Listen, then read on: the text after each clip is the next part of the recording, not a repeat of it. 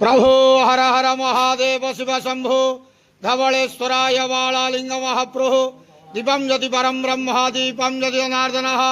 दीपाहरतु मे पाप पूजा दीप नमस्तुते धवलेश्वराय वालालिंग महाप्रभु संसार सुखी रखंतु आज पुरुषोत्तम मास मल मास ज्येष्ठ मासर शुभ शनिवार रे समस्त श्रद्धालु भक्त मान को आश्रीपद करंतु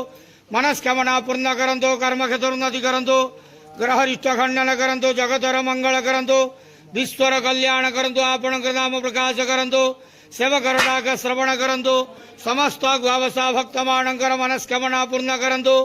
जो जो भक्त माने आपण पाखरे मानसिक रखिजंती तांका मानसिक पूर्ण करंतु बाबा धवलेश्वराय वालालिंगाय नमो नमः